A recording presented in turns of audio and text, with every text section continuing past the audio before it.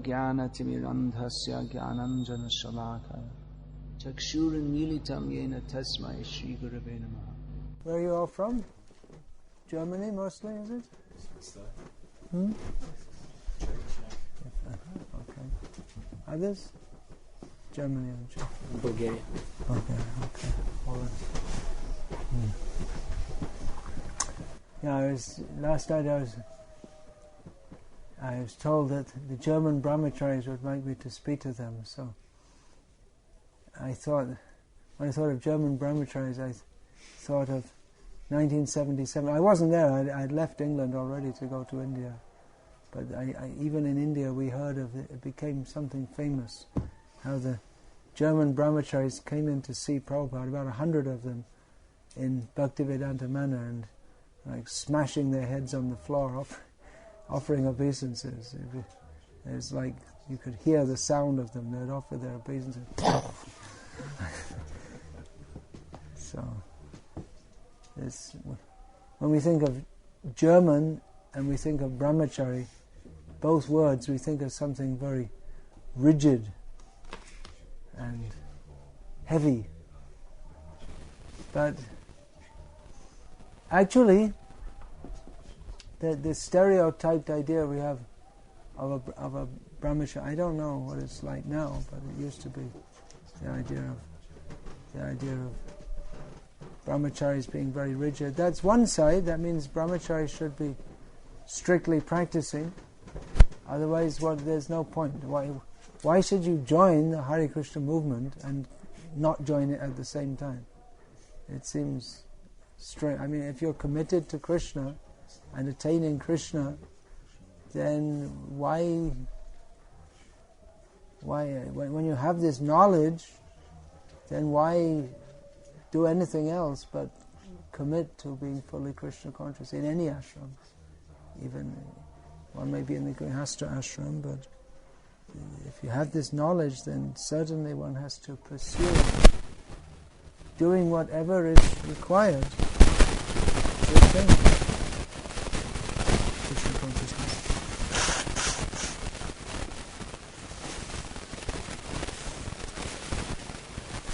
Although it's understood that in family life some encumbrances and disturbances which may make it,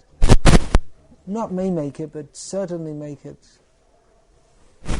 more difficult to do the things that are favorable for our Krishna consciousness. So brahmachari life is a great opportunity.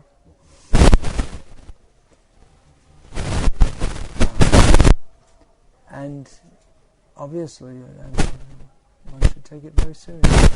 So, brahmachari life, it's like we say, when we think of brahmachari, we think of rigid, because yes, then we've come here because we want to attain Krishna, and to attain Krishna, then if we follow the process, then we are. That is the path to attain Krishna.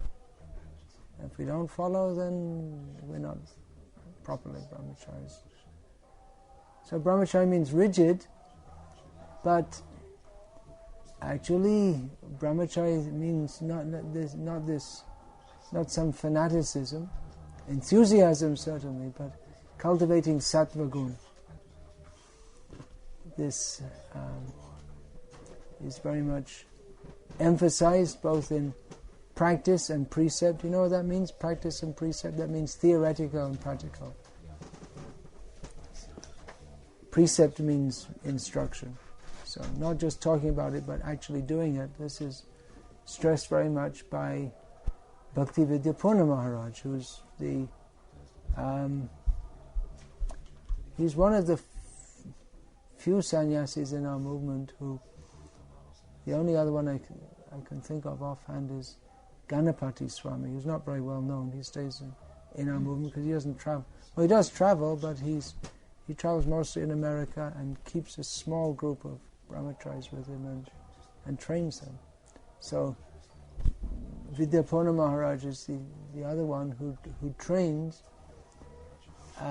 specifically lives with brahmacharis and trains them, small groups.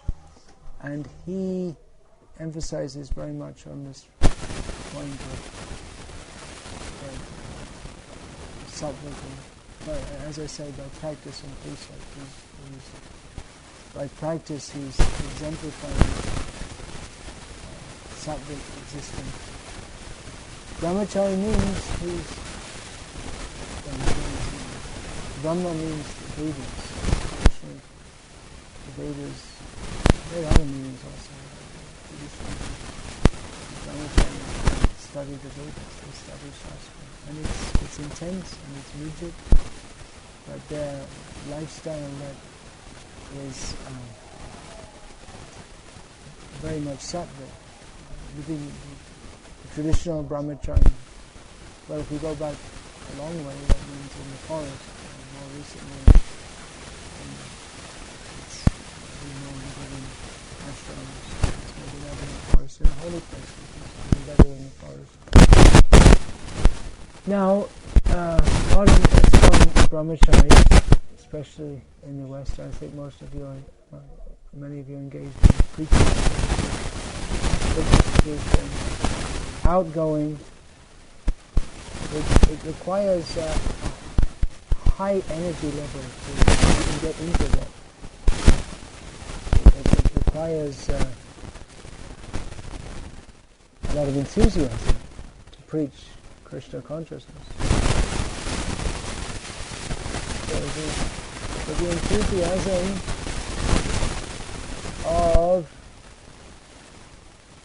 the enthusiasm which is the very basis of spiritual life, utsaham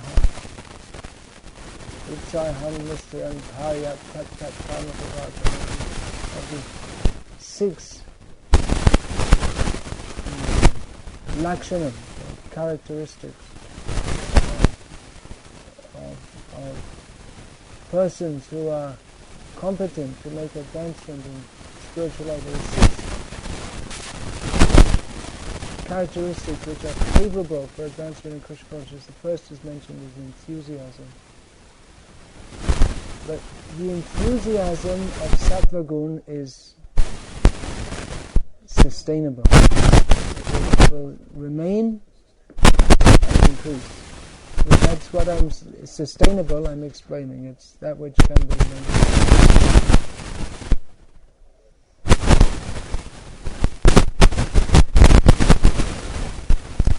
And the enthusiasm of Rajagun, it is either not sustainable or it's sustainable for the wrong reason. Rajagun means one is thinking of one's own enjoyment. So enthusiasm doesn't necessarily mean that it's rajas. You can be very enthusiastic in sattva. But in rajagun, one is, even if one is supposed to be certain, one is cultivating material desires, to be noticed, to be number one, to be thought of as a good brahmachari, name, fame and glory. So this material desire inevitably ends in disappointment and frustration, because all material desires, they inevitably end in frustration and disappointment. Because even if the desire is fulfilled, one becomes frustrated and disappointed because it doesn't bring the happiness that we are hoping from that. And generally it's not fulfilled, or only partially fulfilled, or fulfilled in a way that we didn't expect or like, just that we may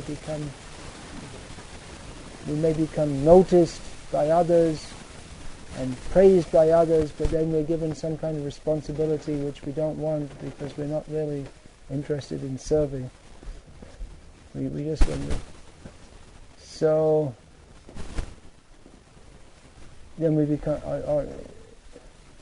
If it's not fulfilled, again we become frustrated and disappointed. Whereas the enthusiasm in Sattva Gun, that is sustained. Even enthusiasm means we're trying to do, we have enthusiasm to perform some activity. So the enthusiasm in Rajagun means that's generated from attachment to the result. But that doesn't mean that in sattvic enthusiasm we're not trying to get a result. It doesn't mean, sometimes it's misunderstood, we're not attached to the result so that we don't care. No, that's tamasic, to not care what happens. But in Sattva Gun one is conscientious, he's aware of what I'm doing. I'm trying to serve Krishna.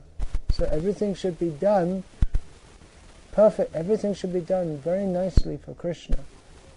So someone in Sattva Gun can become angry.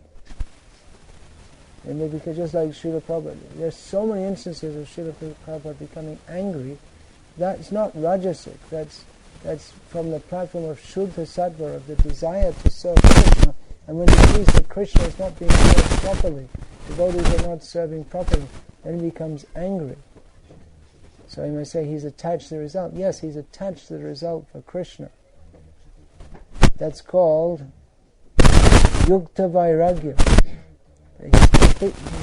That anasaktasya vishayan, not attached to anything for sense gratification. Anasaktasya vishayan yataham upayunjataha, but still involved with various activities. Niyabandha Krishna sambandhe, seeing the relationship of everything to Krishna. Yuktam vairagyam uchyate. So this is called Yukta Vairagya.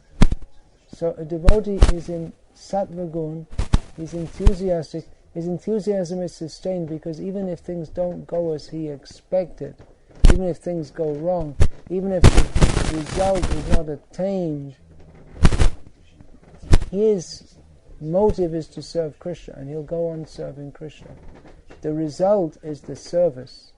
For him, the opportunity to serve is what he wants, and he's attached to the result in as much as he wants to see that Krishna is nicely served, and he does his best but to fulfill it. But on the other hand, if things don't go properly, if the material nature doesn't, or things don't work out as he'd hoped or expected, then still he just goes on serving Krishna. So this kind of enthusiasm is required. The fanatical enthusiasm, that won't last. It's not real. It's not real spiritual enthusiasm in the first place. So one should have this enthusiasm and study Shastra. Brahmacari life is especially meant for studying Shastra. Now in modern Brahmacari life, there's a lot of service to do for the preaching mission. Now we have intensive Shastra study courses, but I think you'll all experience this, that you actually learn more when you serve and study side by side. That if you're only studying, you can learn theoretically, but the realization doesn't happen. And the enthusiasm to study is not so much if you're not engaged in practical service, especially preaching service. So these courses are good. Move a little bit forward, a little squat. These study courses are good, but side by side preaching goes on, then the realization comes, and the enthusiasm to study is also there. This, at the same time, with service and study, but definitely it's required that Brahmachari study Shastra. Shastra first and other things, generally Shastra. But for means to read Prabhupada's books again and again and again. You have to take time out to do that. At a festival, there's not much reading. There's maybe more hearing. But a general routine, and it is good to have a routine, to have a fixed. It's also very good for Brahmacaris, have a fixed routine. Not to be slaves of the routine, but the general routine is very helpful to regulate our lives. Which helps to make the mind peaceful. It's good time for productive, useful in ourselves. So study of Prabhupada's books is very helpful. Group study, if you're in a small group of brahmacharis, maybe travelling Sankirtan, that can be very helpful also. Study one of Prabhupada's books, maybe Life Comes from Life, or any small, go to it together, reading, discussing. That can be very useful, but study must be there to help keep us convinced and increase our conviction, and that will help us to see Krishna through Shastra. And being fixed in Prabhupada's books with a firm faith that this is the truth. There's nothing beyond this. Again, not fanatically. We're not Bible thumpers. We believe in the Bible, but why?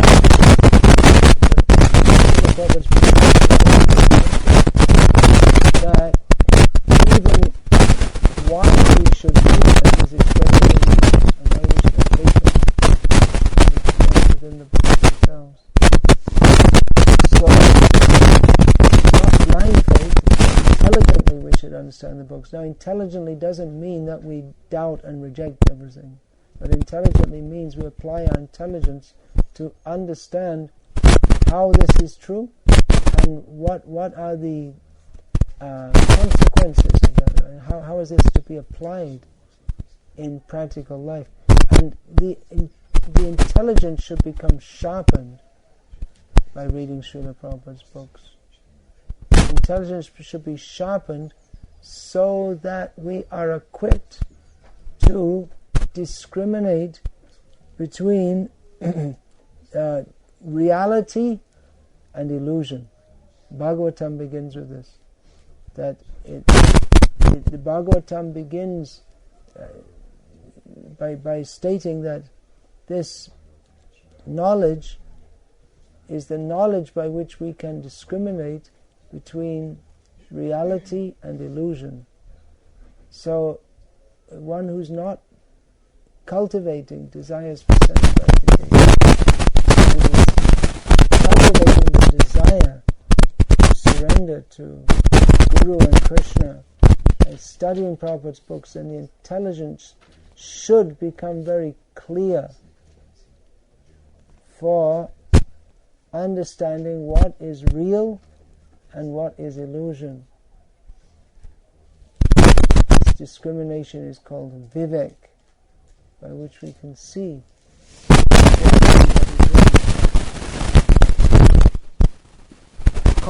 understanding what are the teachings of Shastra, and that we have to follow Guru, Sadhu and Shastra. This kind of discrimination is essential in modern ISKCON today, because as a result of whatever the reason may be, probably this it seems to be typical of institutional religions. It's a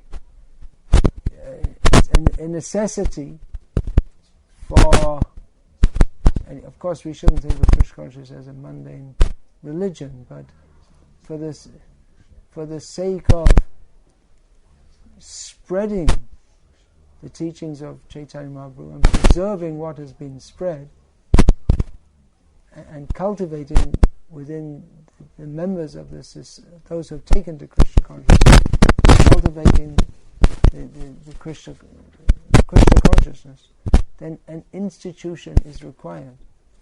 But at the same time, an institution brings with it its drawbacks. So, at the present time, we find within ISKCON various ideas and practices which are not very Krishna conscious. And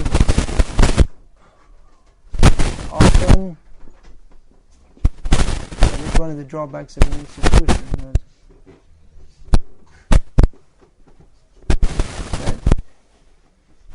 some of the members, or even the whole thing can get hijacked.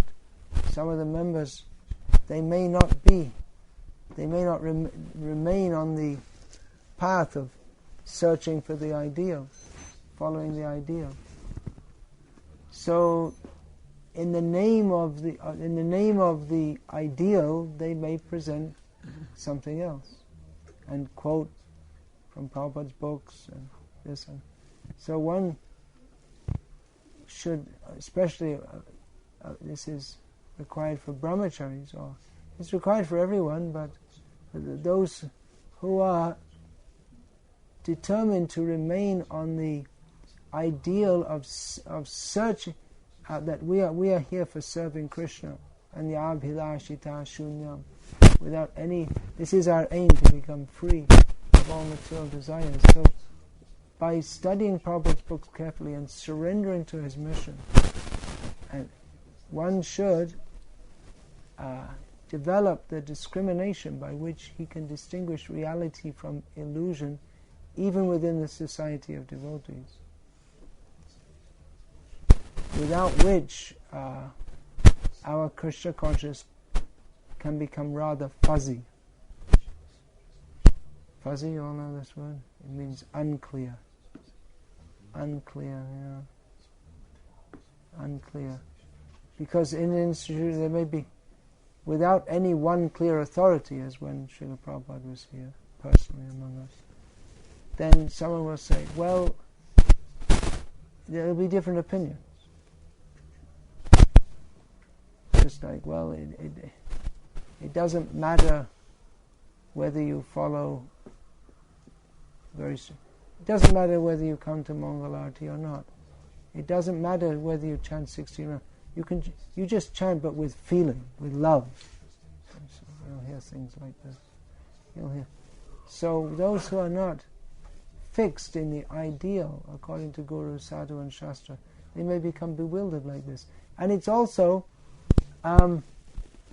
inviting for us. It seems attractive that, well, I don't have to follow all these difficult things like getting up in the morning, and there's so many things. Well, there's not that much difference between kami food and devotee food. Anyway, you can offer it and make it into prasadam. So it may seem inviting or tempting to practice Krishna consciousness in lesser ways. If you think, well, it's all the same. Everyone's a devotee, but there is a difference, and a brahmachari, he lives the difference. He's not compromised. He's committed to the ideal. Otherwise, there's no meaning to be a brahmachari. So he can see by studying Srila Prabhupada's books what is the difference between this compromised, half or less or somewhere in between practice of Krishna consciousness and that sort of Krishna consciousness. Or actually, Krishna consciousness means commitment to Krishna. Otherwise, not Krishna consciousness, not Krishna consciousness. It's consciousness of something else. Or it's not Krishna consciousness as our acharyas gave it. Prabhupada didn't come to this world to teach us some kind of watered down, mundane religion, but he came to rescue us from that. So that good, clear intelligence should be there to discriminate. That so many people may say so many things, and maybe because of institutional necessity or whatever, we don't dispute that, or many things are allowed which maybe shouldn't be allowed, but our intelligence should be clear.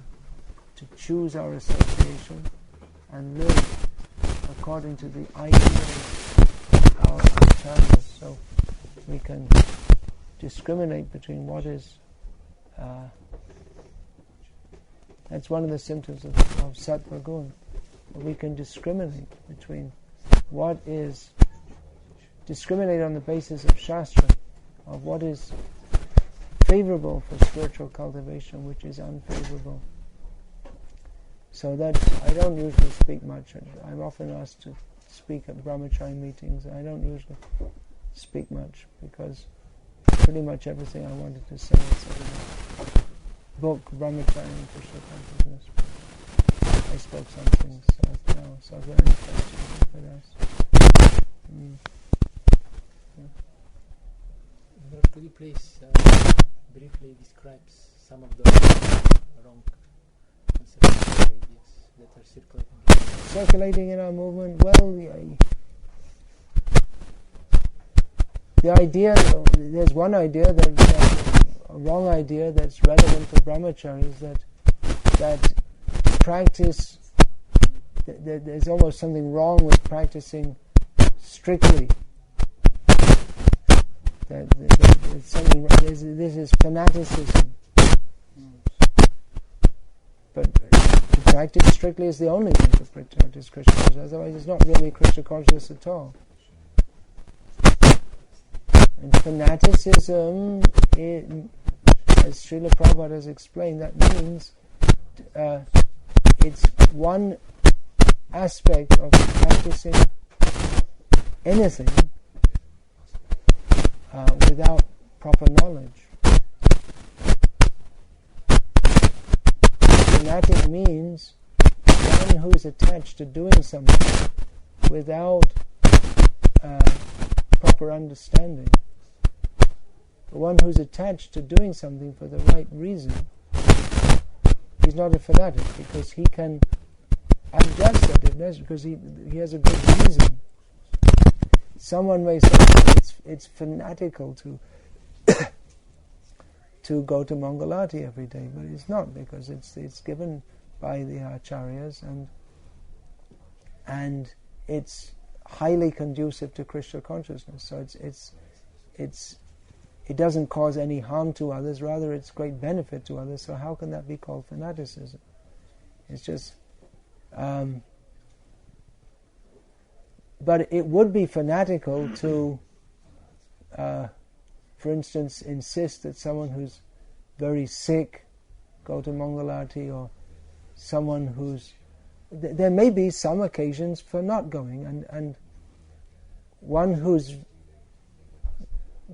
very someone may even still then go, but there may be some reason not to go, just like for instance there may be some instance you get a phone call that your father's dying or something, and then you immediately leave and go to see him and chant Hare Krishna to him before he dies. So to say that no, you should stay in that circumstance, that might be a fanaticism. Here's something from one of our acharyas, Bhaktisiddhanta Saraswati Thakur. He told that you hear Hari Katha. Now, if someone says, but my son is dying, I can't stay, I have to go. He says, let him die, you stay and hear Hari Katha. So, is that fanaticism? He was emphasizing the importance of how important it is to hear. It's a question of life and death. It's actually a question of life. You know this, it's a saying in English, do you have that? You may have it. It's a question of life and death. It means it's something so important that life and death rests on it. Yes, Krishna consciousness is a matter of life and death. If we don't take the Krishna consciousness very seriously, then again we have to be born, again we have to die. So the idea that to practice seriously is fanatic, there's something wrong with that. That idea is, in itself, is wrong, and it's a discouragement to Krishna consciousness. Actually, if you're going to practice, then you should, if we at all we accept what is stated in Bhagavad Gita, then we have to dedicate ourselves to it. It's not something you can take half-heartedly. So to say like that it doesn't matter, or it doesn't matter if you're a little relaxed and this and that, well, that's not true. Little relaxed means a person by nature may be relaxed, but his practice is he should take seriously.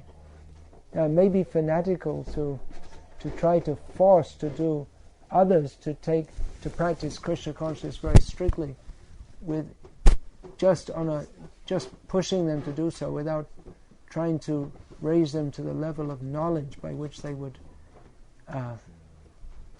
voluntarily do that. Force will not stand, Srila Prabhupada said. It's another English saying. You can't force people to follow, but there should be some pressure also, because there may be some brahmacharis who are a little weak or something like that. So some pressure is good also.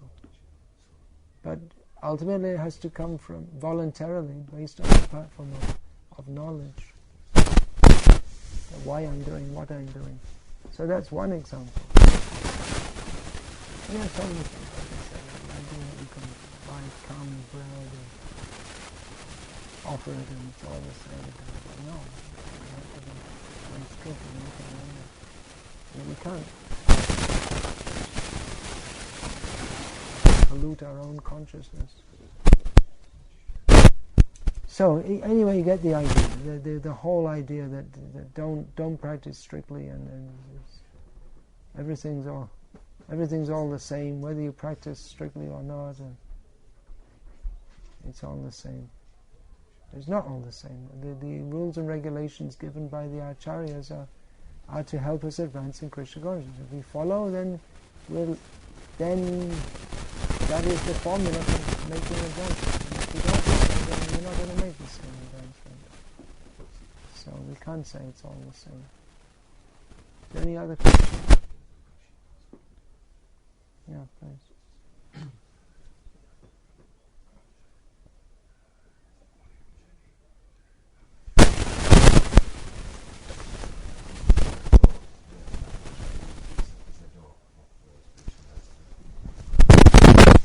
I don't think that's actually a shastric statement, but the word is das, which is given in Shastra. The word is das. Dasavan acharan nicho. Which traditionally the guru-disciple relationship, especially in the Brahmachari relationship, as Lord Krishna himself showed when he was a Brahmachari, is to be the menial servant. It means like a slave, actually, but it's based on affection. It's not an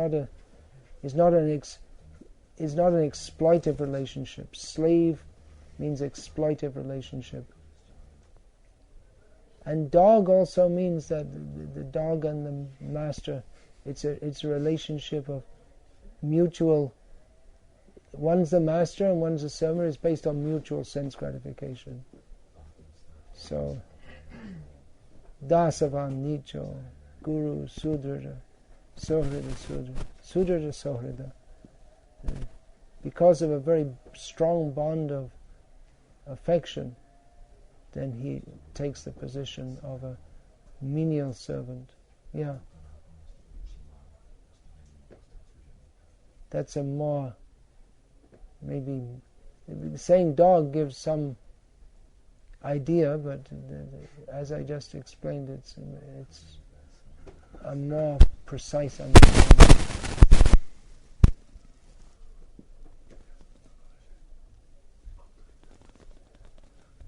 Then what if your authorities say something else in the temple?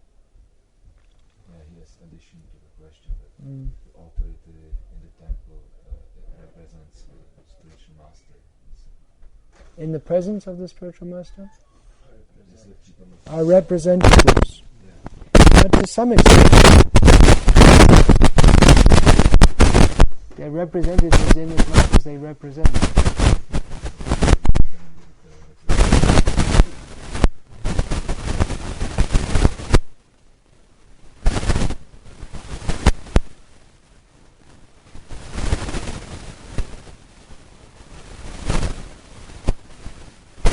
letter from Niranjan Swami was published in the book of letters to his disciples.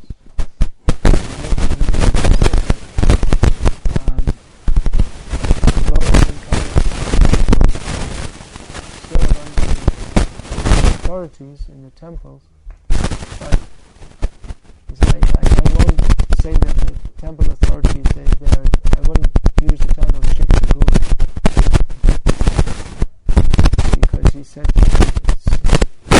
it's too many times he's seen that the authorities being misused, and they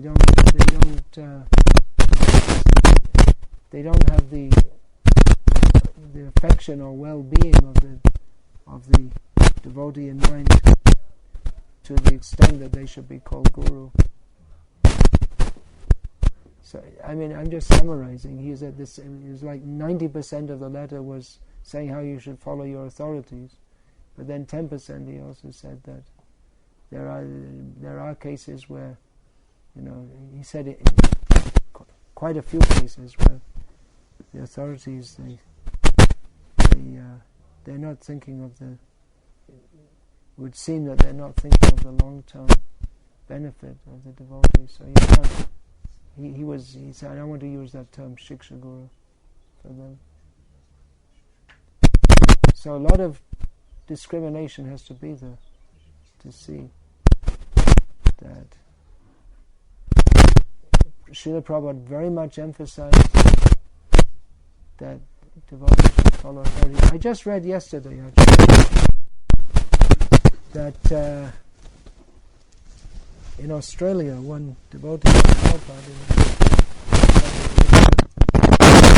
did devotees follow their temple authorities? Prabhupada said yes. In all circumstances, Prabhupada said yes.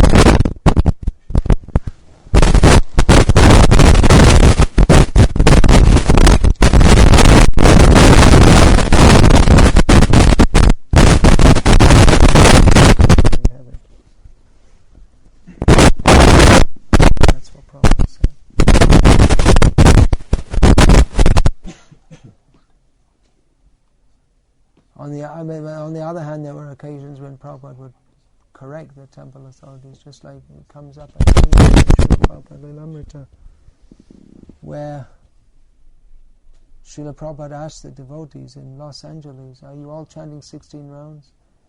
And he asked the devotees individually, and one said, well, I try to, Prabhupada, which meant they're not, obviously. And then Prabhupada said, why not? You vowed to chant 6 rounds. And he said, well, the authorities told that if you just do service, that's just as good. And then Prabhupada chastised him. He said, who's told us? Who's told us? It's not. I never told that. That's not correct. You have to chant 16 rounds. So,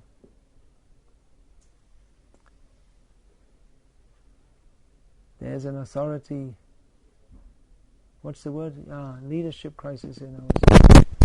I was just speaking with I had the great good fortune of, without knowing, neither of us knew, we just met at the airport, we were on the same flight, long flight, Delhi to Munich. So I was discussing with him some of the perceived failings of our leadership, GPC level and different levels. And he said, there's a leadership crisis. There are not that many devotees willing to or capable of taking leadership. And there isn't that much faith in leadership. And it becomes, which compounds the difficulties of leading.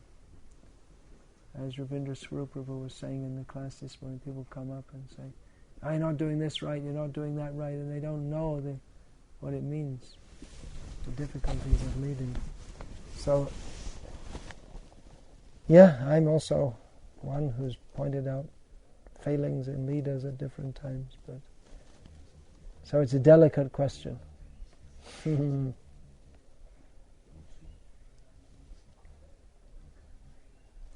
One thing I've also seen is that in many cases what we expect, that if there's something that we perceive which it doesn't seem right to us, we should be able to approach the concerned persons and discuss it with them and expect that things can be rectified or our vision clarified, but often it doesn't work like that. We don't have clear systems in our society for anything, hardly. Really. I mean, it seems to me like that. I mean, like for management, or I mean, what actually is the scope of the responsibility of temple president, GBC? There's no clear job definitions, and to a large extent the individuals who are performing those duties, they define it by their own activities, or depending on their own personality and the people they're dealing with. So it's not very clearly defined what anyone should be doing, and if there are difficulties or disputes, then theoretically you should be able to discuss with your local authority, and if you're not satisfied you go to a higher authority, but a lot of the time it just doesn't work, actually, to be quite frank. So it's better to be a brahmachari and don't have any problems. But I don't know. My experience is that in many cases, you see, most of our leaders, they're like OD'd. OD'd, that's the term that Shivaram Maharaj used. You don't have much choice.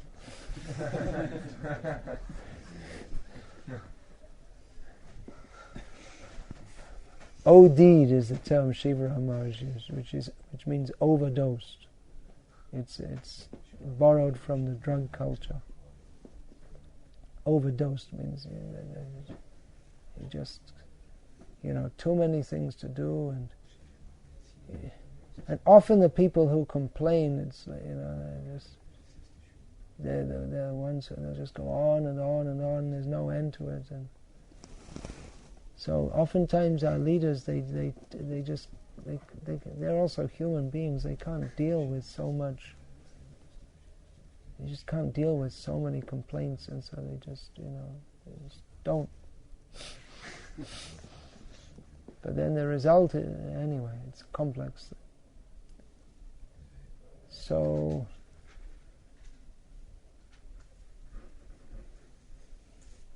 in many cases, you may just have to learn to live with it, or just go somewhere else. Or if it really bugs you too much, associate with devotees you can associate with.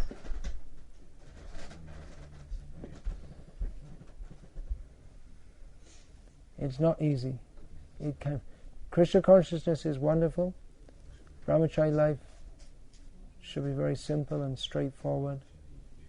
And if you can remain in that simple, straightforward way of working, if you are fortunate to have a group of devotees you work with very nicely, that's good. That's very.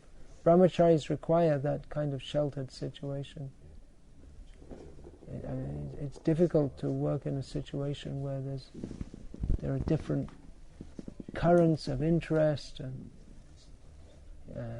so brahmacharis they require good, strong association. So try and get in. It's very important to be in a favorable situation. If we're in a situation with temple authorities who we really can't get on with them, it really bugs us so much that then it's probably better we go to another situation and find devotees that we can work with, because if we're not happy, if you're not feeling happy in your devotional service, you can't make advancement, and you can't. Your enthusiasm to be Krishna conscious and to surrender, you're not going to be able to sustain it. So it's better. And if you find you got to that situation, another situation you also can't work out there, another situation you can't work out, then probably there's something wrong with you. So these are all generalizations.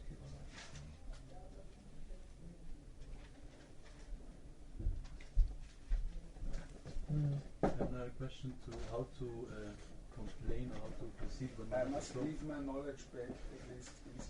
All right, Hare Krishna. How to proceed when one has a problem with an authority, because you just mentioned that one can just approach him directly.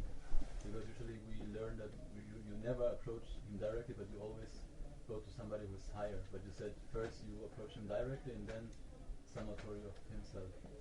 It depends. I mean, it can be general guidelines. They can give, but what?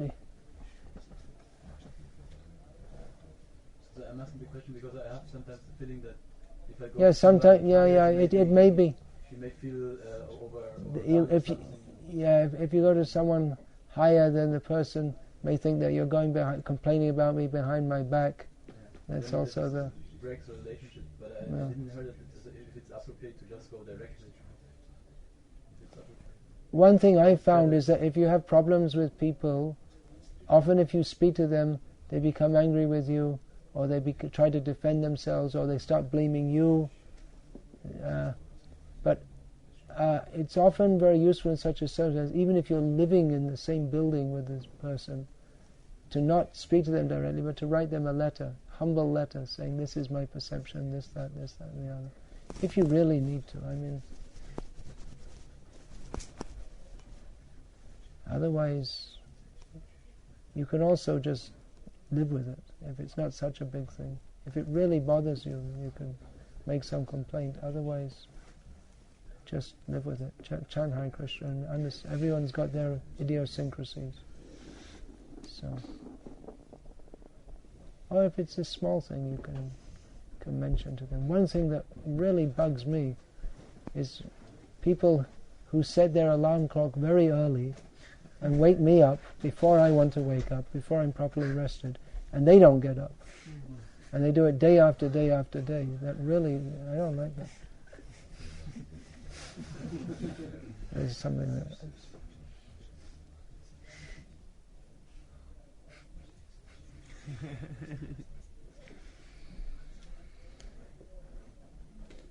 Yeah. You mentioned that Brahmacari life is not a life of compromises. And I wonder how to... It seems like a contradiction. Compromise means that you yourself follow. You're not trying to make compromises, but compromise is always there to some extent, in the sense that, well, just like I gave the example, you might, if you're very sick, you may not go to Mangalati, or if someone may say something which is, philosophically a little strange, but you may not take it up at that moment, or for various reasons. It may be that you think the person's very neophyte, and he's being trained by others, and it's not your position to. If you say to him, he may become disturbed, or he may be someone who's more senior than me, and it's not my position. So there may be some. When we say Brahmacari life is not a life of compromise, again, it's not a life of such rigidity that borders on fanaticism. That's why I'm saying Sattva Gun. I mean, in Sattva Gun, one practices Sattvic life is not just a matter of living in the country and listening to the birds chirping. That's not Sattva. That's not necessarily Sattva Gun. In Sattva Gun, there's lots of rigidity, rules and regulations. Sattvic lifestyle, Brahminical lifestyle means keeping clean, regularly bathing, following so many the sadhana. There must be sadhana, a lot of sadhana in Sattva Gun. But it means that one is developing Sattva Gun is also sensitive to others. and willing to being sensitive enough to adjust one's own interest or for the sake of others' well-being. He's not just thinking of himself. He's in dealing with others. He's not. In Rajagun, one is always calculating at every moment what I can get from this person, and you'll speak in a way and act in a way that you will try to get some advantage from that person. Whereas in Sattva-gun, one always thinks of how to act in a manner for one's own spiritual advancement and for the benefit of others also. So when I say not a life of compromise, it means that we're clearly and firmly fixed on the principle. But that doesn't mean that so rigid as to be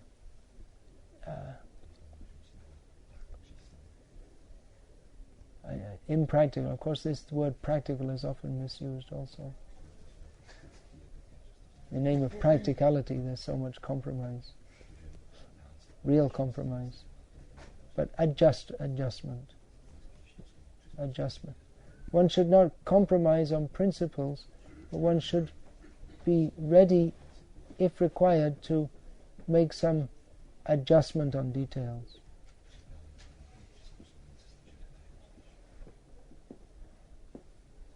What was your question?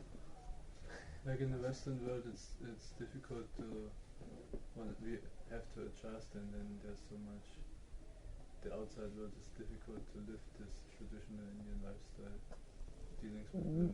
Yeah, well, that's very prominent. On my first day here. Yeah, personally, I'm not very happy with the present understanding of men and women's roles in Krishna consciousness. There should be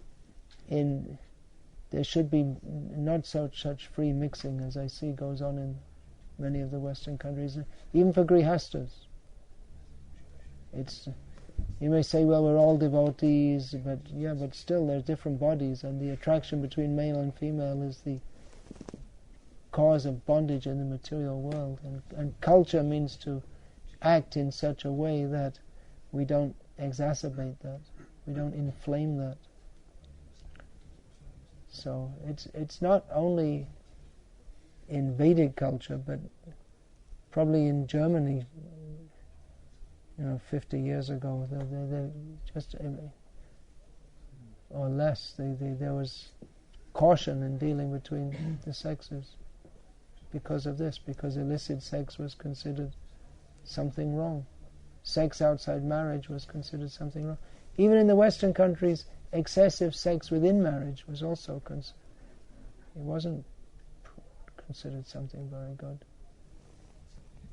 So it's this idea that men and women should mix very freely is just a product of demoniac culture. It's not Vaishnava culture at all, and it's a misunderstanding that men and women should mix very freely. What do they say? Because Prabhupada, in the early days, it was like that, and then the heavy sannyasis came from India and they instituted all these things.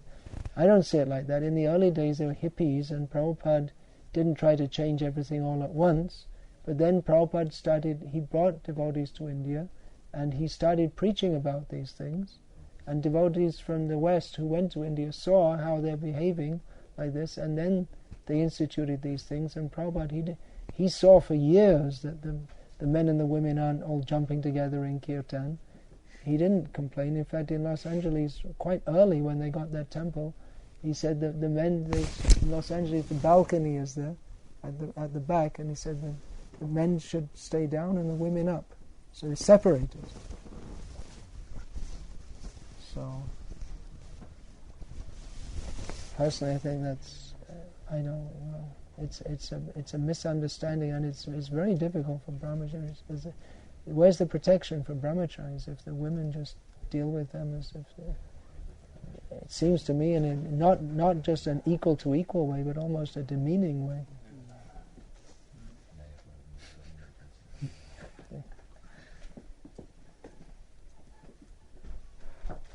So it seems in America now, the 2-3 places I know where they have brahmachari ashrams, they don't have women at all. Yeah, because it's come to full swing that women want to, as Prabhupada said when he said the women can dance on the balcony, he said now they're dancing on the men's heads. So he joked like that. So men who are serious, then they don't. Then they're just all right. It's remaining sad. If some people insist that that's how the role of behavior should be, then it's better that the brahmacharis just separate. It's not necessarily that all women are like that. I mean, there are women in our movement who understand who want to live as somewhat. So they don't want to show I'm better than you, and they want to act in a chaste manner, actually, which Prabhupada writes about so much in his books, and which the Shastra writes about. But in the name of misunderstanding of how the sexes should interact, it's created an unfavorable situation. So then better you just have separate ashrams. That's what I say.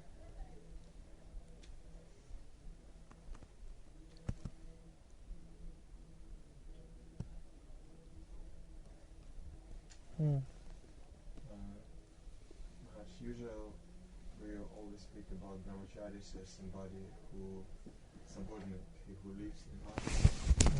Subordinate, but we see often in our movement, as person grows in Krishna consciousness, he kind of pushed to take responsibility. When Brahmachari become a responsible person, that means he starts to deal with all the headaches which he should avoid, to have a simple life. Maybe it's not anymore so simple, especially in the Western world. Yeah, when you become a manager, there are so many difficulties, and you can't say I'm a brahmachari, so they shouldn't exist. The world doesn't work like that.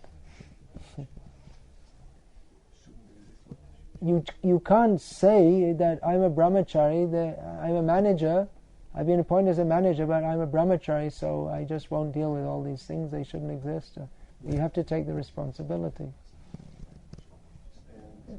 Managers who are brahmacharis, most brahmacharis get married, and when those who get into management, it usually happens fairly soon, especially if there are women in the ashram, because they like someone who's looked up to, and this and that, obviously someone who's kind of materially together. Then how to maintain the simplicity of a brahmachari managerial life? Very difficult. No easy answer to a difficult proposition. The question is, then should brahmacharis say, I don't take any responsibility? No, you should also, if required. But it's something to discuss with your spiritual guides.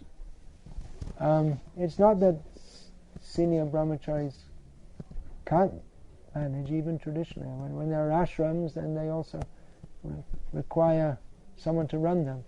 Although in traditional society it's not as complex. Neither the systems are as complex, nor are there complex tax systems and all this kind of thing, nor are there a million laws to regulate every breath you take, as in modern society. And nor are people so screwed up. And the whole society was very straightforward. Brahmachari, what is the role of brahmachari was very clear. Everyone knew what is the role of Grihastha? Everyone knew. It's so... I'm saying that management is not outside of brahmacharis, although generally they may not do. Sannyasis, heads of mutts. Even today, often sannyasis in mutts. Gauriya mutts mostly, all the mutts are managed by... Well, they don't have women. Well, now they started, some of them. But they're managed by sannyasis. And you see some of the sannyasis, they're just like fully...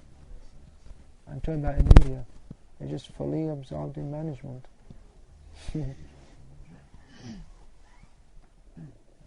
But because the brahmachari mood is strong, and the culture is there. In Bengal, most of the Gauriya mutts are. Then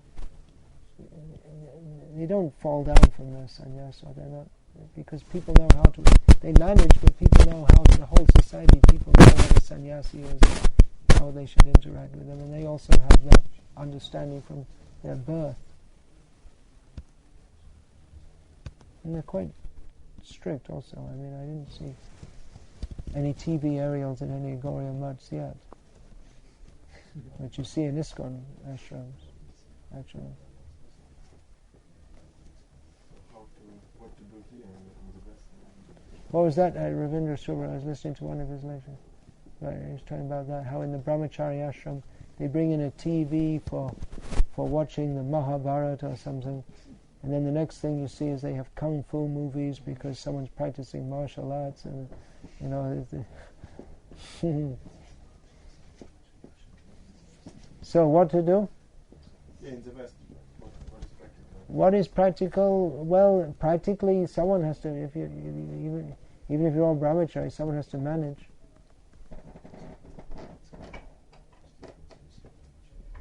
And except the most junior devotees, everyone. As soon as you start to become older, everyone has to take responsibility. In the name of being a brahmachari, you just can't avoid all responsibility. Managing a sankirtan party is like managing a small temple or something. There's so many details, and you have all the people you have to deal with, and the public you have to deal with, and the police, and all kinds of things. You never know what's going to happen. Parking, looking after the vehicle, so many things. So.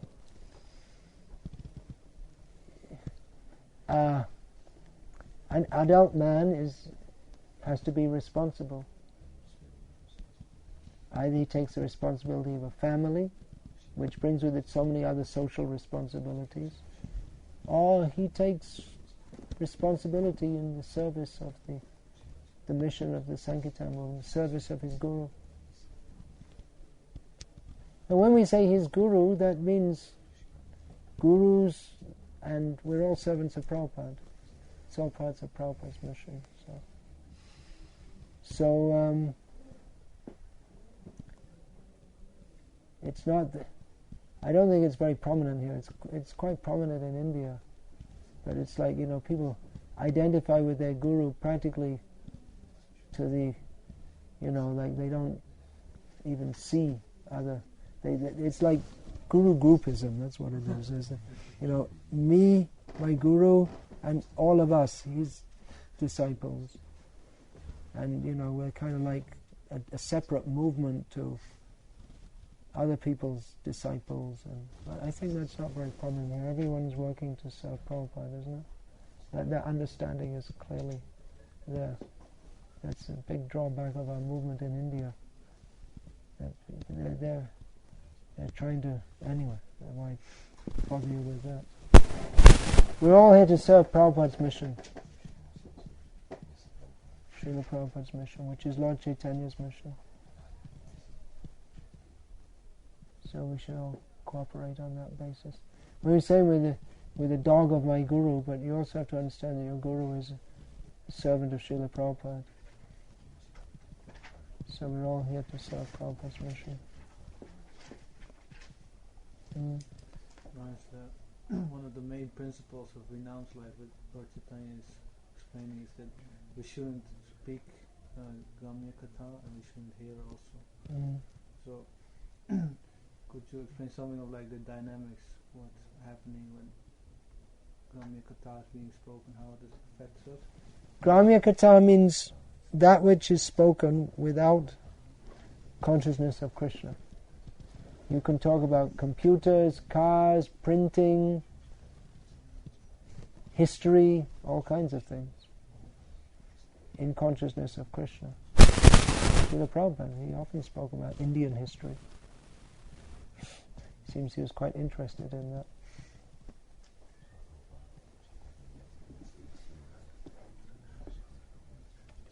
But everything in relation to Krishna, the philosophy of Krishna consciousness.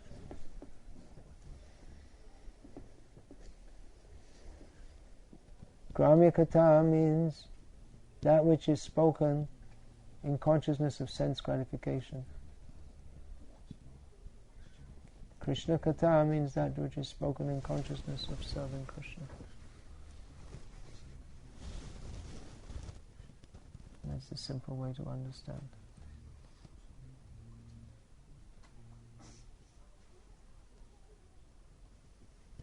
Srila Prabhupada often, when he was walking in England in the morning, he would say to people passing by, "Good morning."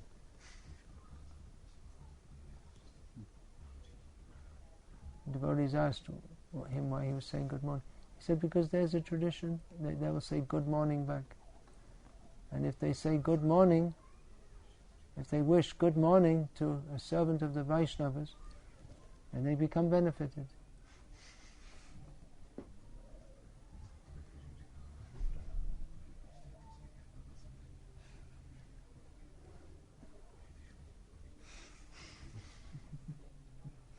Anything else? We're going to go to Arti at 7 o'clock, is it? What's the time? They're making yagya. I don't think there's going to be Arti. There's not going to be Arti? 15 to 7. No, you don't think or you know that Yeah. Arti's been cancelled? How can that be? Make different things here. For the festival, they have a different program. Means the Arti would be later, or? Yeah, probably. 7 o'clock is last, no?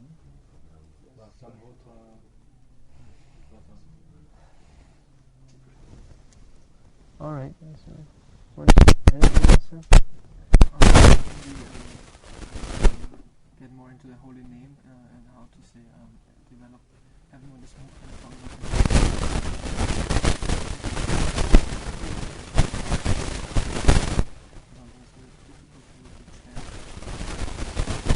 Yeah, our devotees often ask about how to improve our chanting. My standard answer is to get Srila Prabhupada's compilation from Srila Prabhupada's writings, Srinamrita. Read a little of that every day. That will give us instruction and inspiration in chanting. It will help us.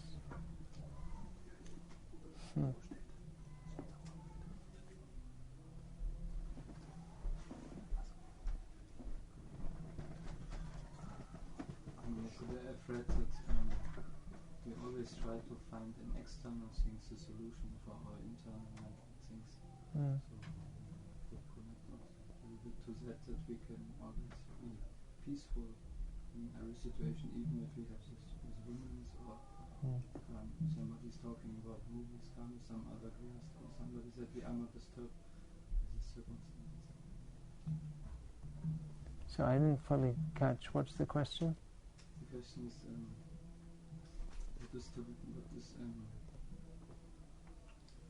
what do we need to be peaceful inside and not try to make arrangements in external ways? Yeah, well, both things are there. I mean, externally, there are a lot of arrangements. I mean, having a brahmachari ashram in itself is an arrangement. So for our spiritual advancement, that we're cut off from external influences, and so the atmosphere in the brahmachari ashram has to be maintained. So rules have to be there. So to maintain the external situation so that it's favorable, I mean, there have to be rules, and we have to be We have to be aware of those rules, and if there are infringements of those rules, we have to try to correct that. So it's not that we just tolerate everything and everything's okay, but the external situation, as it does very much affect us, so we try to make a... Srila Prabhupada set up the International Society of for Krishna Consciousness to create a society in which people could become Krishna conscious. So it's nice to say that we should be internally, we'll just be in Krishna conscious and then it doesn't matter about anything else around us. That's a very high platform. If we can actually be on that platform. But then even if we are, we should try to help to make the atmosphere, not just the atmosphere sounds very vague, but the actual situation favorable so that others can also advance. What you say is true. Hopefully we should try to be internally peaceful, but except for the most advanced devotees, unless we follow what might be considered some external principle or practices, then we won't be peaceful internally. Chanting Hare Krishna, if you're fully Krishna conscious, then theoretically you can just sit and do nothing. Although actually that's not Krishna consciousness, means fighting like Arjuna or doing something. But one could theoretically,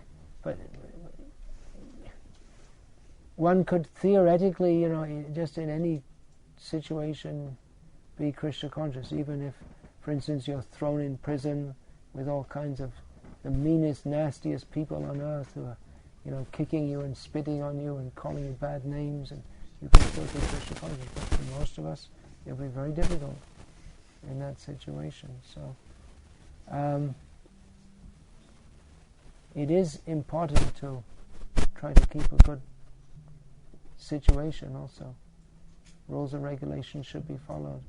No, in the ashram there are various do's and don'ts, isn't it?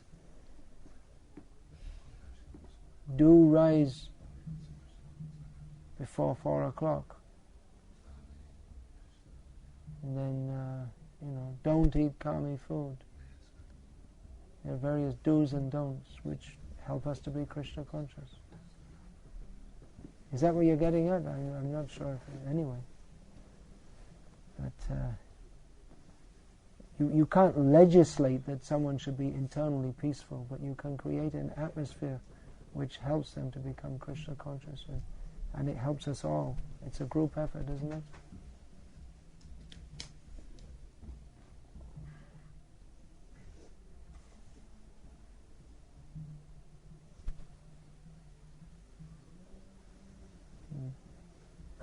And I want to ask, sometimes brahmacharis there invited to be guests in the house of Grihastas, or even soon happened, me and one other brahmachari, they invited us for the wedding. I don't go to weddings. I tell, if I get invited to a lot of weddings, I tell people I don't go. And about but I can go to wedding receptions. I go and I speak. If I'm invited, I'll go to a wedding reception and I'll speak on ideal family life for Vaishnavas. That's all. But socializing is not for brahmacharis. That's all right for grihastas, but not for brahmacharis. And if we are invited to be guests in the house of some grihastas, is this good for the brahmacharis? Well, it depends a lot on the grihastas. I wouldn't want to go if they're watching Kami TV and this and that. But well, I mean, traveling in India, and I don't know. It's maybe more than 1,000 times I've stayed in grihastas' homes during all these years. Especially in Bangladesh in the early days, we had no ashrams, except a small rented house in Darkan.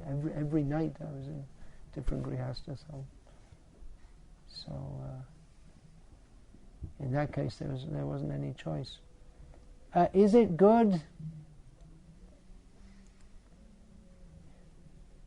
Maybe not the best thing, but you also have to extend yourselves. Risk is there in preaching.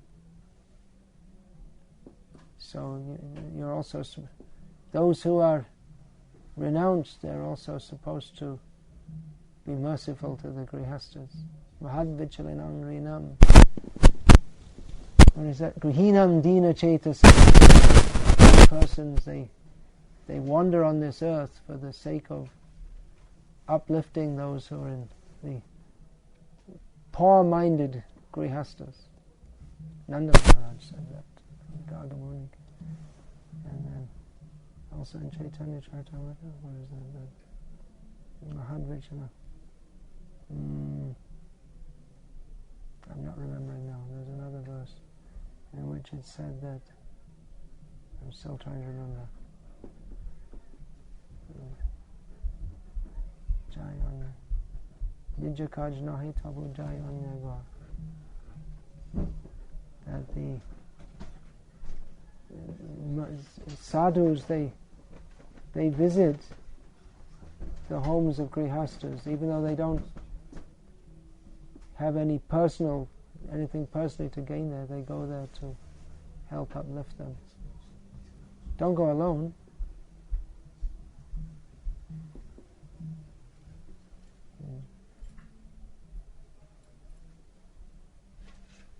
But you can do. But then there should be some program, not that you just go there and eat. And there should be some program. You mean what, when you're traveling Sankirtan or what? Yeah, even sometimes when we are in the temple, just some grihasthas are coming and are saying, please come to our home this and this day, we will make prasadam and so on.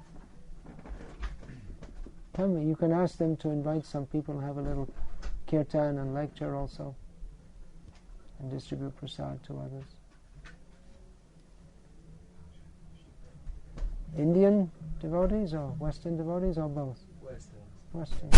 Yeah, that's nice. Give them a little life. It's nice that they're and if they want some association. But it's best if you can say if you can, maybe invite a few people and if it's done at a weekend or something. I don't know. Saturday you're busy on Saturday and Sunday. The weekend's best for preaching, outside preaching.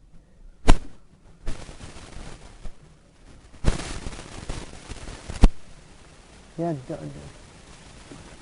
it's also important to those who have taken to Krishna consciousness to help them to stay in and keep them up. So that's also good to do that.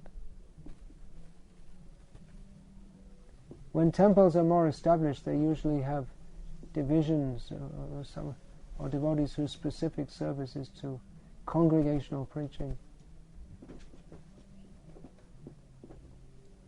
But you see, devotees like this who are, they may be a little weak, maybe they're not fully chanting 16 rounds and this and that, but they're looking for association. These are precious people. They've come to Krishna. They have a desire, which you're going out and distributing books to try to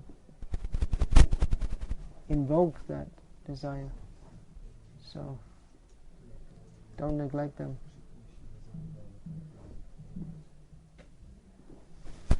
Sometimes we meet nice people in the street, so they start to come. Sometimes ladies. Yeah. No, when they're immediately turn them over. Don't start preaching to them. I mean, on the street maybe a little bit, but then you immediately put them in touch with lady devotees. Don't start cultivating them. What age? Now, a few older, like post-menopausal, you can preach to. But even then, you can. Postmenopausal means, like getting on to 50. It's such a strange world. Sometimes, even now in the West, somehow they're still interested in sex. Very strange.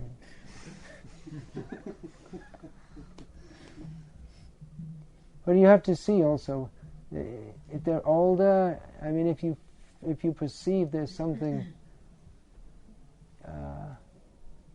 improper in their approach, then drop it. But many times what happens is, in the beginning they are actually interested, genuine interest, but by the influence of the material energy, even in the beginning, the motive on both sides is proper, but just by the influence of Maya it becomes,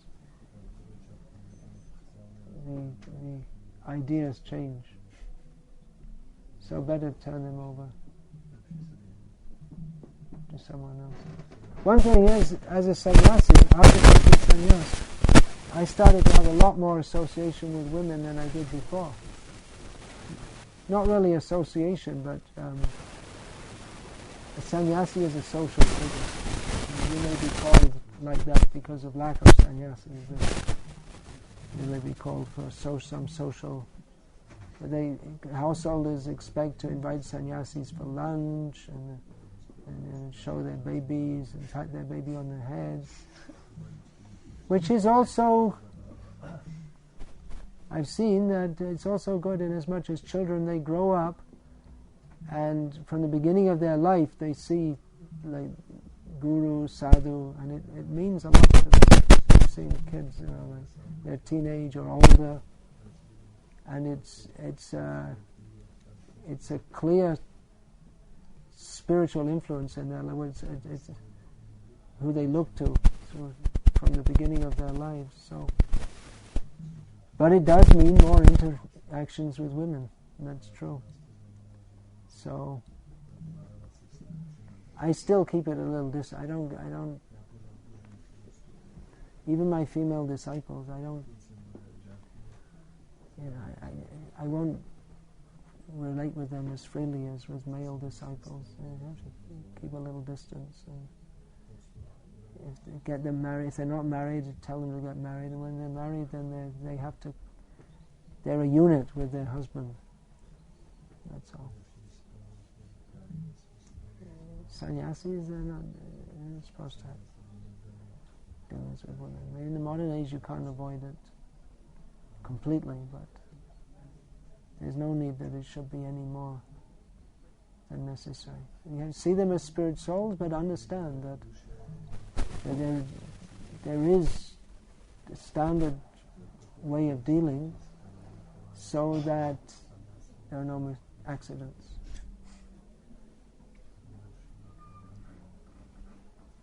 And they'll respect that if they're serious, if they have a proper understanding. And they'll appreciate it.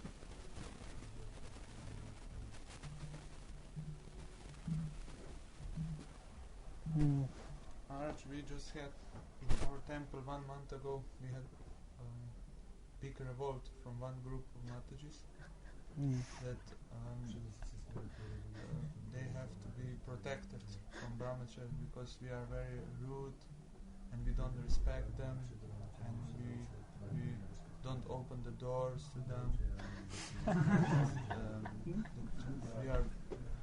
We don't look, with some exceptions. Some are first class, but most of us. So we also admit on our side that sometimes we are. But what's the balance? How to? Women should all be married. So, talking about married women or what? No, unmarried. Yes, unmarried women means they always have so many problems.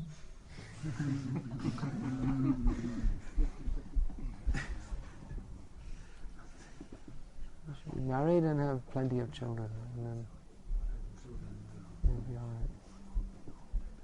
It's an unnatural situation, actually, having unmarried men and women living together. Prabhupada,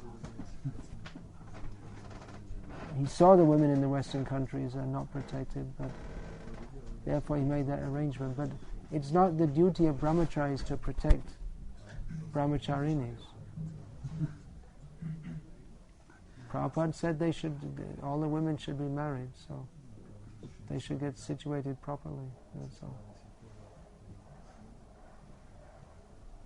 And if they are to live as brahmacharinis in the temple, they should understand that the brahmachari. What is the situation of a brahmachari? Rude means actually a brahmachari has no business interacting with women more than necessary, which means not very much in most cases, and that would be perceived as rude according to the norms of Kami society. But we have different norms.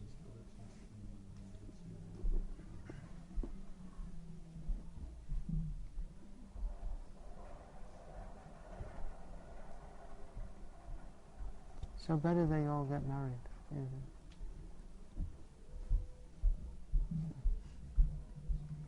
It's not so easy for them either, because to find a husband. So you should also understand it's very difficult for unmarried women in so many ways. Woman's body brings with it so many difficulties, more than men's. Menstrual period every month is very difficult for them, and bearing children is very painful, and they're more emotional generally, so that's also another difficulty. And then the menopause is also very, very difficult. So it's very difficult physically and mentally.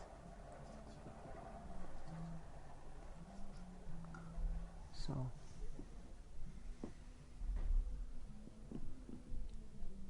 it's also great responsibility to take married life, take responsibility for a woman, which some of you may do in future. What do you say to that point that women can become gurus? Because I heard it's now discussed in GVC and even... No, they allowed it, but no one's stepping forward. I had one... From the spiritual point of view, there is no objection. Anyone, Jai Krishna Tattvaita Shri Guru Hoy. Traditionally, there haven't been many women gurus because for various reasons. The social role of women is different in Varnashram. So women are mothers. They're busy with children, and generally they're not so much educated in Shastra. They may be, but generally because they're busy with children, they're not so much. Normally women have quite a lot of children. That's normal in the age before contraceptives became widely available. And then women with children, and then grandchildren, and generally women are more inclined to sense gratification as much as it's generally speaking, as we can observe, and it's stated in Shastra, in home and like socializing with relatives and wearing nice clothes and all this kind of thing. So socially they're generally not trained for that role. And their general tendency is to be somewhat reserved. Leadership role, and if they're to be a guru means they become a public figure, which that being reserved doesn't go very well with that. So, seeing as the conditioning which goes with both the male and the female body, but particularly with the female body, is very strong. To overcome it is very difficult. Prabhupada gave the example of Gandhari. Even though she was a great personality, she was so fixed in her principles that she involuntarily accepted so as not to be superior to her blind husband in that respect.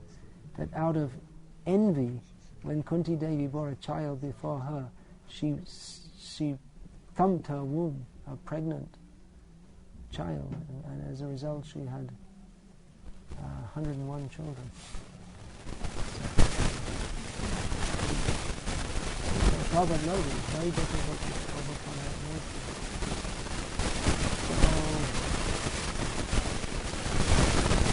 So there are examples, some in our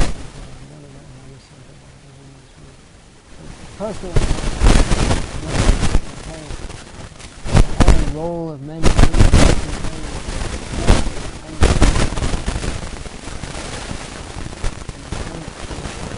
understand why the traditional roles are as they are.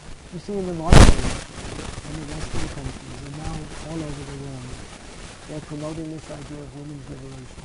Women are being, I'm talking about empowerment society. Women are being exploited and misused and they don't have the same opportunities. And I feel that a lot of what's going on in the name of equal opportunities for women in Krishna consciousness is highly influenced by this demoniac propaganda. We're not clearly understanding why there are clearly designated and different roles in Varnashram society for men and women. There's a reason for that. It's equal opportunity to serve Krishna, but not necessarily in the same way, because the woman's body has the natural function of bearing children, which takes all their attention, and it requires that women should be with children. They need to look after them. But in the modern age, they stop that function to a large extent, and so the women's natural good qualities that come with being a mother, they're not fulfilled in that way, and they want to be fulfilled by being like a man. It's a whole social disaster. So the Varnashram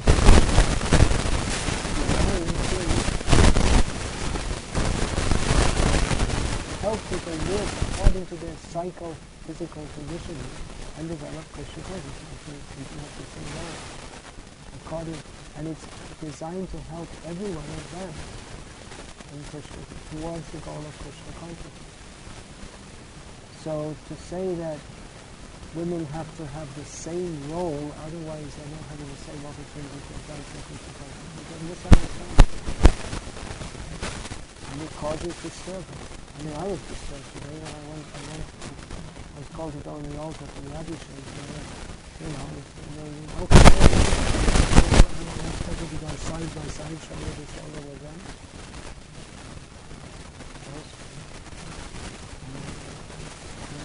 Literally pushing me out of the way. I don't even German time.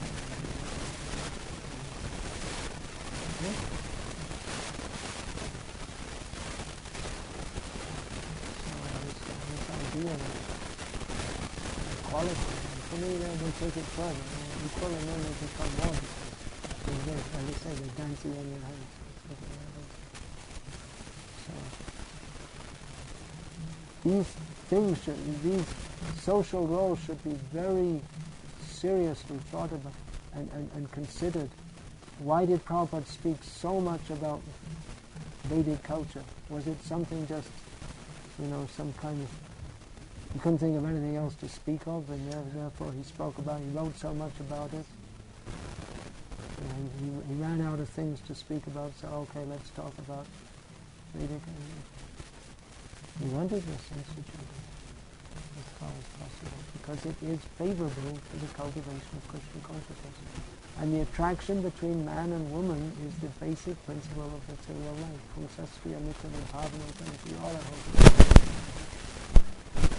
So therefore, in any traditional society, not only Vedic society, there is clearly demarcated differences in roles. And there are not only the mother-bearing reason, but women have, in some ways, they're superior to men. I mean, in looking after children, they're better. They naturally are inclined to do that. And that's an extremely important function in society. If the children are not looked after properly, then the next generation is worse than the previous one. And that's going on generation by generation in the West. The one generation which is bad enough thinks the next one is terrible.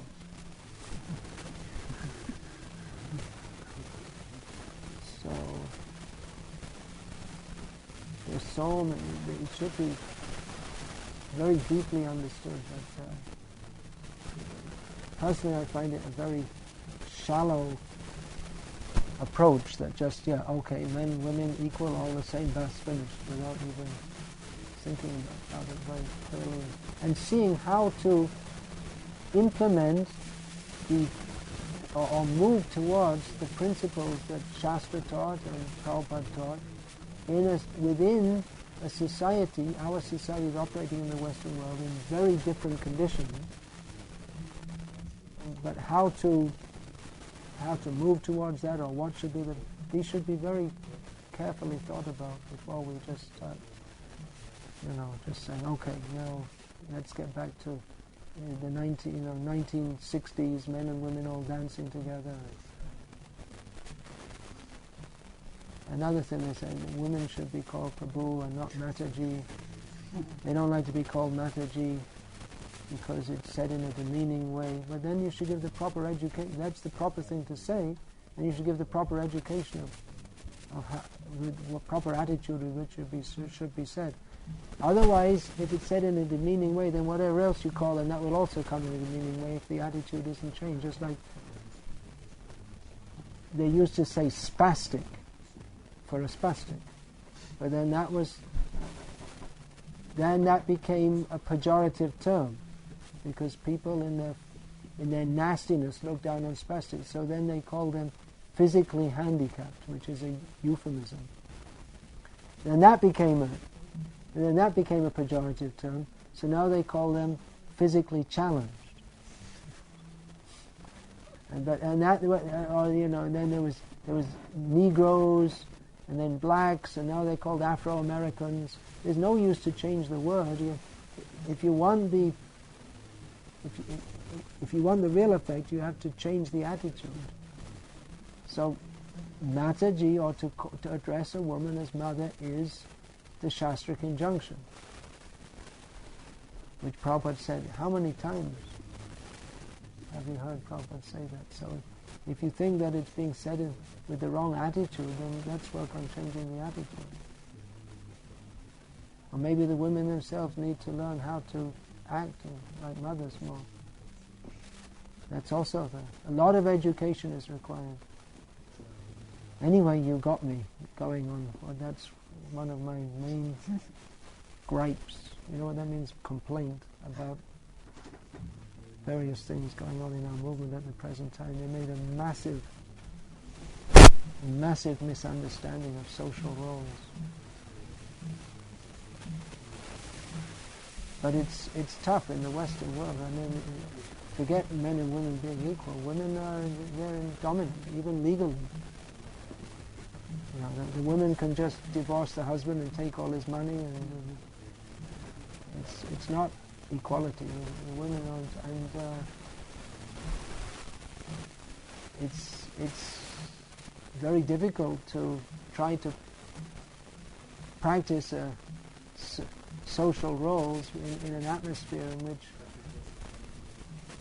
in which both men and women in the modern age feel that there's something very bad about women being in any way submissive to men.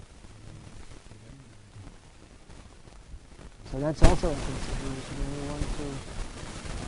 By the way, when you say women are submissive to men, that means they have a limited skill. Women traditionally don't mix up with so many men anyway. They're within their family circle. It's not that I'm a Brahmacari and you're a woman and you have to do what you have to be submissive to me. No. They're submissive to their father, their husband, their grown-up sons. Like that. They have a limited circle.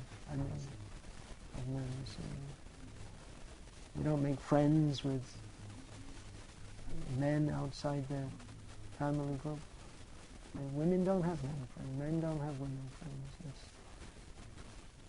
There's mothers, there's aunts, there's daughters, there's sisters. But you don't have just friends. That relation, it's just not there. Women friends.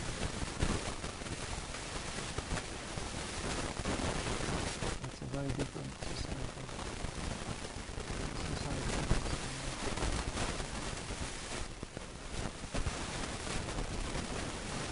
What's going on is there any idea? Can you find out when it's going to show?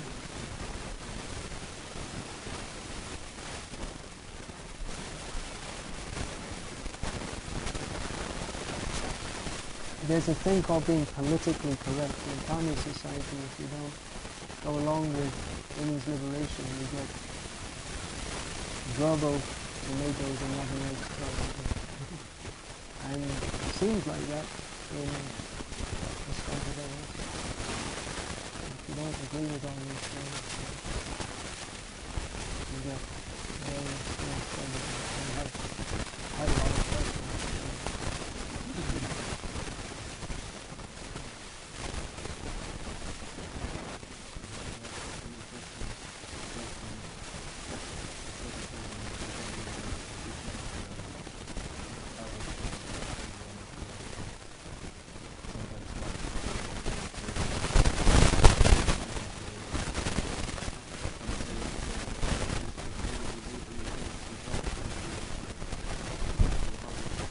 You lose both ways, they're after you, and if you don't agree, then still you have to. Is that what you're saying?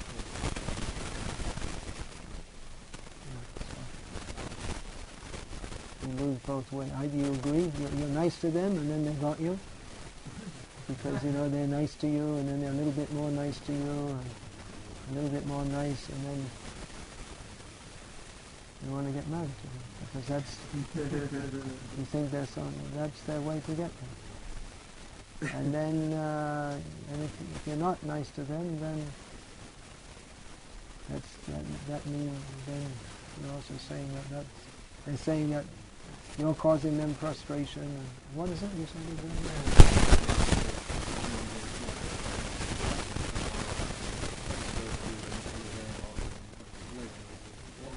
So you lose both ways.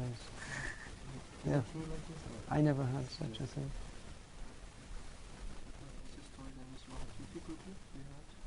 No, I don't know. What's that? Tell it? Yeah, tell it loudly so everyone can hear. Maybe Panchatattva can tell it better. He knows more the details. Is this a public story? He was telling this story in Prague. I wasn't physically present, but it was recorded and then it was like Brahmacaris meeting. And it was like managing the temple in England and in London. Mm-hmm. And it was long-term Brahmacharya was very strict.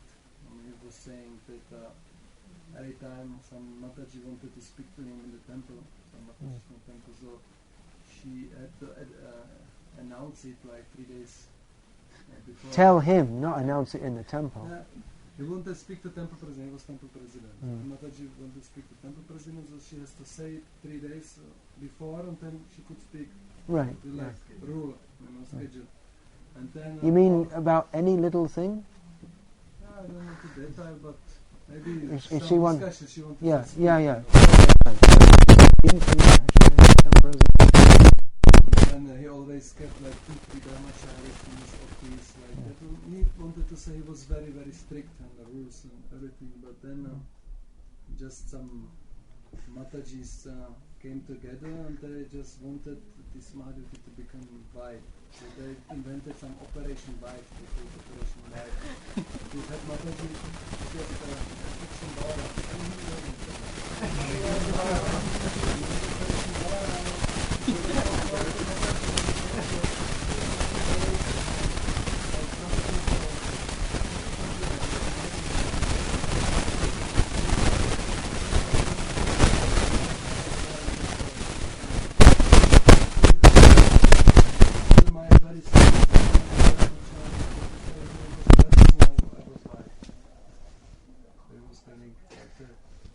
So it's like some power in this Mataji. Yeah, they have a lot of power, no doubt.